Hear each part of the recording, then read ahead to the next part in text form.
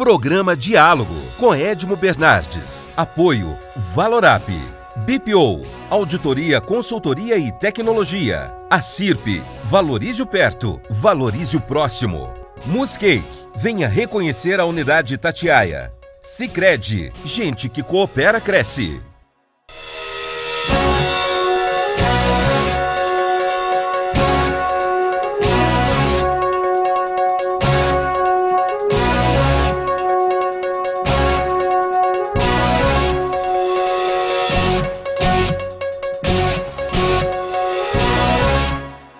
Olá, estamos iniciando mais um diálogo, recebendo hoje Hélio de la Penha. Hélio, obrigado por falar conosco. Estar aqui contigo, Edmo. Eu vou abusar hoje. O pessoal está acostumado com o Hélio contando piada, o Hélio brincando, etc. e tal, mas o Hélio é muito mais do que isso, né? Além de escritor, roteirista, apresentador, galã de novela. O cara não pega leve, não. O cara é foda, não é brincadeira, não. Mas eu fiquei surpreso. Quem olha o Hélio de la Penha, a história dele, e fala assim: o cara ganhou a Olimpíada de Matemática. O que tem a ver Jesus com São Pedro? Me explica isso. Olha, se você for ver, cara, a verdade é que você tem vários engenheiros que partiram para o mundo da comédia. Só no Caceta são 3, né? Eu, o Madureira e o Beto. Eu acho que temos outros engenheiros também. Bom, o Léo Lins, ele fez matemática, sabe? Eu acabei de fazer um show em Curitiba com um comediante chamado Dexter, que ele é doutor em biologia, sabe? Então, você tem, assim, uma série de comediantes que têm uma formação universitária sólida, porque, afinal de contas, a comédia profissional é bem diferente da comédia de bar da esquina, entendeu? As pessoas ficam achando que basta ser o engraçado da turma na sexta-feira que você consegue fazer uma carreira sólida. A verdade é o seguinte: você consegue, de fato, animar a mesa da sua sexta-feira, mas para você fazer uma comédia profissional, para levar isso no dia a dia, tem que acordar cedo, tem que ter disciplina, tem que se informar, tem que ler, tem que estudar. Então, quer dizer, isso tem a ver com uma formação acadêmica mais consistente. Então, daí eu acho natural. Se você reparar, Edmo, a Caceta Popular, ela surgiu, o jornalzinho, a origem de tudo, foi um jornalzinho na Faculdade de Engenharia da UFRJ. Isso em 1978, tá? E resultou em todo esse grupo Cacete Planeta, que, enfim, já tivemos programa na televisão, fizemos show, publicamos vários livros, fora as revistas e tudo mais. Enfim, um grande conglomerado de comunicação surgido de uma faculdade de engenharia. E, paradoxalmente, a gente não tem um exemplo parecido que tenha surgido numa faculdade de comunicação. Então, quer dizer... Mas essa história lá na engenharia de produção, você, o Marcelo Madureira e o Beto Lima, né, onde surgiu...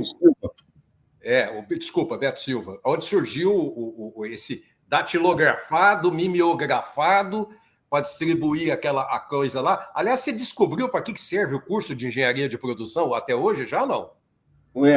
A gente conseguiu criar, no mínimo, uma linha de produção e botar a Caceta Popular nas bancas. Entendeu? Assim, eu não só me formei, eu trabalhei com engenharia de produção. Eu, o Beto Silva e o Madureira, a gente se formou e trabalhou ainda na engenharia antes de se tornar comediantes profissionais, entendeu? Trabalhei 6 anos na Promon Engenharia, eu trabalhava no projeto de transmissão da energia de Itaipu para São Paulo, tá? Para você ter uma ideia. Olha o porte. o departamento de apagões era comigo mesmo. Boa, ótimo, ótimo, ótimo. Agora é o seguinte, esse curso de engenharia de produção não tinha mulher no curso, pô. Como é que fazia essa faculdade, essa turma, esse bando de homem? A engenharia, de uma maneira geral, ela era muito carente da presença feminina, sabe? Hoje, inclusive, essa coisa mudou um pouco. Embora sejam minoritárias, tem um número maior de mulheres. Mas na nossa época era um desastre, Edmo, a um ponto tal que nos corredores da engenharia, lá no núcleo da engenharia da Ilha do Fundão, da UFRJ, você tinha assim, banheiro masculino e banheiro da Muara, que era a única mulher que tinha. Bom, aliás, o nome caceta surgiu daí, né? Porque, pô, só tinha caceta na faculdade. Só tinha caceta. Então, daí que surgiu o nome, né? Exatamente. Era uma brincadeira com isso e com o caceta vira uma brincadeira com gazeta, né? Mas, de fato, a primeira edição do nosso jornal, a matéria principal era uma reivindicação estudantil que era por mais mulheres no curso de engenharia. Muito bom, muito bom. Hélio, seus personagens foram muito marcantes, até porque você representava dentro de um grupo a diversidade, né, da cor negra, né, junto com aquela turma toda lá, e aí sobrou para você Glória Maria, Michael Jackson, Ronaldinho Gaúcho, Pelé, Pita, até o Barack Obama. Isso. Então, e que mais que você gostou dessa turma aí, desse povo aí? O que você gostava mais de fazer? Olha, eu tinha o maior prazer. Eu tinha um prazer enorme em fazer o Pelé, reconhecendo que eu não fazia uma imitação perfeita do Pelé. A gente nunca fez uma imitação perfeita, a gente sempre fez uma caricatura, digamos assim, da personalidade, né? E eu não sabia fazer, não sabia imitar o Pelé como esses talentos da imitação, Tom Cavalcante, sabe? Essas figuras, o próprio Marcelo Adnet, pessoas que imitam a voz perfeitamente. Então eu pegava uns cacos do Pelé, mas adorava porque o Pelé é o meu ídolo. Deixa eu até te mostrar aqui uma das fotos que eu mais gosto da minha carreira. Deixa eu ver aqui, ó. Vou tirar aqui para você conseguir ver melhor. Aqui, ó. Aí, Bruno. Nossa, mas quando foi isso?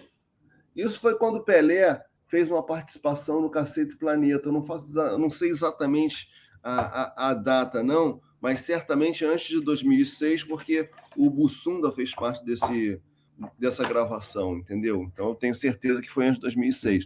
Mas, enfim, meu ídolo aqui em casa porque eu não estou no computador, não estou no celular, senão dava uma volta aqui pela casa, você ia ver a quantidade de fotos e obras sobre o Pelé que eu tenho aqui em casa. Inclusive, eu tenho a melhor foto dele aos 80 anos, que foi feita por um amigo meu, Jorge Bispo, e que quando a gente soube que ele foi fazer essa foto, eu falei assim, cara, pelo menos uma cópia disso aí tem que ser minha, não é possível, eu mereço. Hélio, eu tenho duas pessoas para mim, muito semelhantes, muito parecidas, dentro de duas trupes, e que, para mim, foi muito significativo a perda dessas duas pessoas em suas respectivas trupes. Uma foi o Mussum, dentro dos Trapalhões, que para mim o Mussum era o cara dentro dos Trapalhões. Ele criou um sujeito, um gênero inesquecível, um negócio impossível. Para mim, com a ausência do Mussum, para mim, eu não vou falar que acabou os Trapalhões, mas para mim acabou. Eu não conseguia mais ver os Trapalhões sem o Mussum. E não é o caso do Cacete Planeta, mas eu imagino que a perda do Bussunda também deve ter sido uma porrada enorme dentro do grupo. Não, sem dúvida foi. Eu acho que a comparação é justa. E vou te falar, muita gente... O Cacete Planeta perdeu... Nós perdemos o Bussunda em 2006.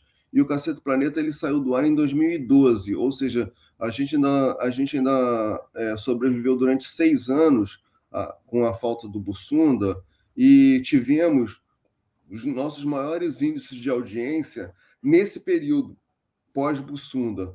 Mas o maior, acho que, se eu não me engano, a maior audiência que o Caceta teve foi justamente no programa que a gente exibiu os melhores momentos do Bussunda, que foi uma semana após na semana seguinte à morte dele, a terça-feira da semana seguinte à morte dele, que a gente estava sem condições de criar um programa novo, evidentemente, e o diretor teve forças para ir para o Projac, reunir aquele material todo no meio de uma choradeira tremenda e produzir esse programa que ficou para a história do programa, do Caceta, né? A história da televisão brasileira, a história do humor. Né? Então, eu acho que a comparação é justa, porque assim, muita gente associa o fim do Caceta à morte do Bussunda, mas ela, na realidade, a cronologia não foi exatamente essa. Tem muita gente que acha assim, o Bussunda morreu, o programa acabou. Não, o Bussunda morreu, o programa seguiu mais um tempo, e depois ele acabou. A gente vivia um luto, sabe? Sem dúvida, porque o Bussunda não era apenas um profissional, um comediante que aparecia às terças-feiras. Ele estava na nossa vida todos os dias. O Bussunda era o padrinho do meu filho caçula. A gente viajava junto, era uma família de fato, sabe? Viajava com a mãe do Bussunda e o próprio, sabe? Ele foi amigo de infância do Cláudio Manuel, o Madureira estudou com os irmãos do Bussunda, o Beto, Cláudio e Bussunda moraram juntos, quer dizer, o vínculo dele era total. E nós éramos um grupo de 7, e ele era uma espécie de fiel da balança. Em todas as discussões, ele levava em consideração o que você estava falando, não quem você era, para ele apoiar a sua posição ou não, entende? E quando ele se foi, nós nos tornamos um grupo de número par, o que já deixa as discussões mais complicadas, né? E, além do que, ele era uma figura mesmo apaziguadora, a pessoa que levava em conta, botava os panos quentes para ajustar as relações, entende? Então foi uma falta, uma perda, além da perda da criação, que ele era uma figura absolutamente genial, nós tivemos também essa perda do amigo, do irmão, sabe? Do cara que estava ali perto com a gente. Bom, Hélio, eu vou chamar um intervalo rapidinho, daqui a pouquinho nós estamos de volta. Até já!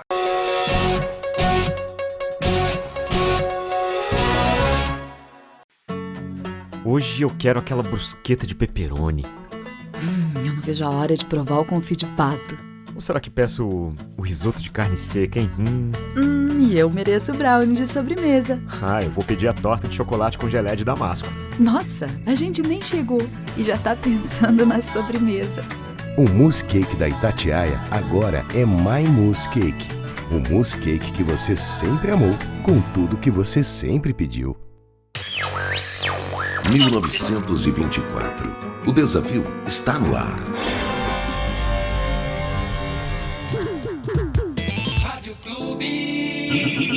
Liderança total. Lembra daquela festa onde você foi, que tinha um monte de gente e de você chamando mais amigos? Afinal, sempre cabe mais um, não é? Você também se lembra que, depois da festa, teve beijos nos pais, nos avós e abraços nos amigos? Pois é, um deles está agora na fila do hospital esperando uma vaga. Falta de ar. Valeu a pena? 3 ou 4 horas de diversão para colocar em risco a vida de uma pessoa? Tome cuidado, porque assim como o vírus, arrependimento também mata.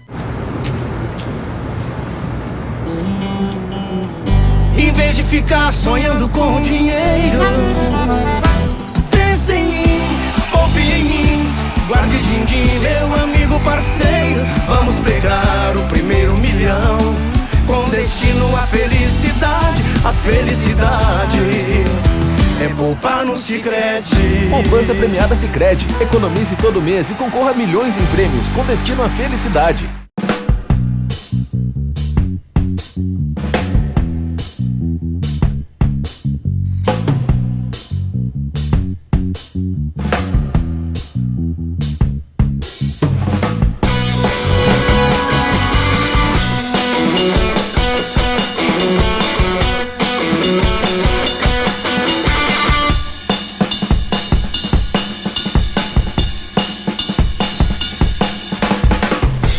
Diálogo, apoio, Valorap, Acirp, Muscake e Sicredi. Estamos de volta com o segundo bloco do programa, recebendo Hélio de la Penha, uma das figuras mais intelectuais desse Brasil, eu pelo menos acho. Pelo amor de Deus. Não, mas é verdade, até porque a sua história conta isso, né? Hélio, deixa eu aproveitar um pouco, entrar num papo um pouco mais sério, não que não tivesse sido sério o nosso primeiro bloco. Sempre se disse que a comédia no Brasil era uma comédia pronta, né? Quer dizer, você dormia, acordava no dia seguinte, já tinha 15 piadas para você contar do que os políticos, do que a economia, do que a coisa fez só nessa noite, só de 6 horas da tarde até 6 horas da manhã, né? Então, vocês nadavam de braçada, não precisava sair correndo para inventar fato. O fato vinha pronto para vocês, né? Sim. Porém, os tempos mudaram. Então, por exemplo, monte aqui o seu passageiro da VASP. Lembra disso? Uhum. Caiu o avião da VASP, aquela montagem daqueles corpos, né, para montar o seu passageiro. Hoje, impossível fazer um negócio desse de acordo com a, sei lá, suposta ética que existe aí nesse mundo, né? Sim, primeiro o seguinte, enfim, a época era completamente outra, né? A gente vinha ali de uma ditadura militar em que tudo era proibido. E a gente não conhecia a liberdade, nem a gente, nem a sociedade, a gente estava experimentando, testando limites, né? Só uma ressalva que, apesar dessa brincadeira, a gente não estava usando o corpos reais das pessoas, a gente estava recortando fotos de revista, mas, enfim, de fato, era o tipo da manchete que não teria menor espaço para hoje em dia, entende? E eu não tenho, assim, eu não tenho saudade, cada momento tem o humor compatível com a sua época, entendeu? Eu acho que se aquilo era feito, era permitido, e as pessoas riam naquele momento, é porque havia um pacto na sociedade que compreendia aquela forma de humor. Hoje em dia, se a gente for fazer um trabalho em 2022, a gente vai ter que estar coerente com o humor de 2022, entendeu? Assim como em 92, quando estreamos o programa, a gente tinha que estar coerente com o pensamento da época de 92, que era completamente diferente da época de 72, que, por sua vez, era diferente da época de 52. Enfim, o humor está sempre se atualizando, sempre tentando acompanhar a mentalidade da sociedade naquele momento. A incompreensão que eu acho que acontece hoje em dia é que as pessoas tendem a julgar as obras de 30 anos atrás com a cabeça de hoje em dia. E isso é impossível. Qualquer exercício que se faça nesse sentido, em qualquer época, vai dar errado. Bom, mas então, Jesus Cristo crucificado drag queen seria uma forca. Você botaria uma forca na sala da sua casa para Jesus Cristo crucificado drag queen hoje em dia? Daria problema, entendeu? Porque, enfim, essa é que é a questão, sabe? Porque antigamente tinha uma coisa que as pessoas compreendiam, que se você não gosta do determinado estilo, você simplesmente não consome, você muda a página e parte para outra. Hoje em dia existe essa intenção de que aquilo que não te agrada não deve existir, sabe? E isso esse tipo de mordaça é um problema. Eu acho que existem questões onde houve evolução, porque, afinal de contas, se hoje em dia um casal gay não levanta menor surpresa, né? Se não levanta surpresa, também não provoca risos, não gera piada, entendeu? Por outro lado, naquele momento havia um preconceito, havia um tabu, e havendo um tabu, o desconforto ele pode provocar pode provocar o humor, né? Então é isso que eu estou falando. A gente tem que entender as coisas de acordo com a sua época. Não adianta você querer olhar através do retrovisor e querer ver a imagem de 30 anos atrás como se ela fosse, né, produzida hoje em dia, né? Então, essa compatibilização com o tempo é que deve acontecer e que muitas vezes gera uma incompreensão. Mas como jornalista e como publicitário, eu vou dizer uma coisa para você, tá muito chato. Olha, juro por Deus, tá muito chato. Você falou do seu ídolo, que também é meu, até porque sou santista por causa de ser pelezista, né? Mas ele é o negão de todo mundo, do mundo inteiro, ele é o negão. Poucas pessoas hoje em dia sabem qual é o nome do Pelé, o nome completo do Pelé. É o Pelé e é o negão, né? Hoje não pode chamar ninguém de negão. Como é que fica essa distância aí? Por isso que eu acho chato, né? Porque não tem demérito. Eu não tô te ofendendo. Aí eu não sei, assim, aquela coisa, você pode, né? Agora você vai ter que arcar com as consequências da forma como as pessoas, Não entendeu? pode. Enfim, é uma coisa complicada, né? O Costinha também chamava todo mundo de bichinha, né? E se fosse hoje em dia, isso seria cancelável, né? Isso resultaria em problema. Mas aí é aquela coisa, você opta por enfrentar essas questões, ou você se adapta às circunstâncias atuais, né? Entendeu? Da mesma maneira que no período da ditadura você não podia fazer piadas com os militares, né? E aí o que acontecia? Ou você enfrentava e fazia piada e corria o risco das consequências, ou você tirava o pé e não fazia as piadas, né? Na época havia censura. Hoje existe o tal do algoritmo, né? Que é a forma nova de se fazer censura. Mas eu acho que muito radical a forma como as pessoas estão criticando ou tomando partido de algum desses lados, seja cá ou lá, não tem. Aqui a gente não defende lado nenhum. A gente tem que, como você disse, tem que ver o que acontece hoje em dia, principalmente com o humor, com a crítica. Qualquer coisa que você fale, qualquer coisa que você... imagine se você tomar um partido, não político, mas o partido de uma posição. Então, por exemplo, quando vocês disseram que Maguila entrevista Mário Quintana, seria uma ofensa hoje dizer que o Maguila fazia uma entrevista com Mário Quintana? O Edmond, que eu estou sempre falando, cara, a gente teria que pensar a piada de 2022 em 2022. Se você resolver trazer uma piada de 1990, de 1980 e tentar publicá-la em 92, você certamente está disposto a enfrentar toda essa patrulha, toda essa questão, entendeu? Então, a maneira como as pessoas estão encarando as coisas hoje são mesmo muito confusas, porque, assim, no fim das contas, o humor está sendo levado muito a sério, entende? Então, a gente tem que só pode falar a verdade, o humorista só pode falar a verdade, mas os políticos podem mentir à vontade, entendeu? Sabe? O Bolsonaro está aí, eleito, fazendo piada de tiozão do churrasco o tempo todo e, porra, sabe, com um apoio ainda de uma boa parte da população. Então, essas incoerências que eu... contra essas incoerências que eu me bato, entende?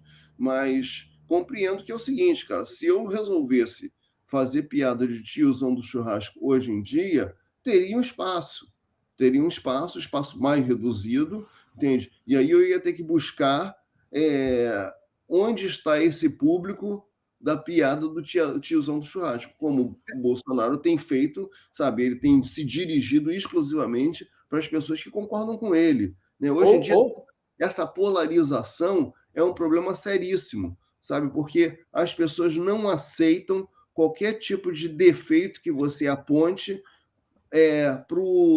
para a pessoa, para a personalidade que elas idolatram, entendeu? Então, da mesma maneira que os seguidores, os devotos de Bolsonaro não aceitam, não aceitam críticas ao Bolsonaro, os devotos do Lula também não aceitam críticas ao Lula, sabe? Então, quer dizer, os dois, não, para seus seguidores, eles não têm defeito. Você não pode falar absolutamente nada, senão você é jogado no colo do outro, entende? E aí você começa a acompanhar a semelhança de ambos apoiando o Putin e condenando o Zelensky e a Ucrânia, sabe? Enfim, ambos querendo, de alguma forma, realizar um certo controle da mídia. Um querendo liberar geral para permitir a fake news e o outro querendo controlar para permitir uma narrativa a seu favor. Então, quer dizer, no fim das contas, essa equivalência acaba prejudicando a conversa, acaba prejudicando o diálogo democrático de uma forma geral. Talvez fosse melhor hoje em dia, ou que não trouxesse mais problemas, ser uma coisa que não cutuque ninguém, do tipo, minha orelha não é mais virgem, quer dizer, ninguém vai reclamar de ter falado minha orelha não é mais virgem, né? Não sei. Ou militares das 3 armas como camelôs. Aí você provavelmente arrumaria problema do que minha orelha não é mais virgem. Talvez fosse melhor o caminho. Às vezes minha orelha não é mais virgem, você arruma problema com o pessoal do movimento Eu escolhi esperar, né? Falar, por que você está depreciando a virgindade? Por que você está vendo dessa forma? Sabe, qualquer coisa que você fale, você tem a oportunidade de ler de um viés, de certa forma, preconceituoso. Hélio, estamos chegando ao final, muito obrigado. Só, assim, agradecer demais você dispensar um pouquinho do seu tempo para abordar não só o humor, mas também a parte cultural, intelectual do que acontece dentro da nossa sociedade. Muito obrigado pela sua atenção. Obrigado, Edmo. Eu pediria às pessoas aí que gostaram do nosso papo que me sigam nas minhas redes sociais, @Lapena.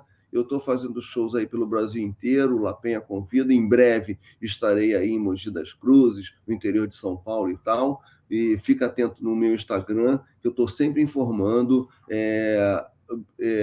onde, em que cidade e com quem eu vou me apresentar, tá bom? Um grande abraço, obrigado por essa oportunidade, Edmo.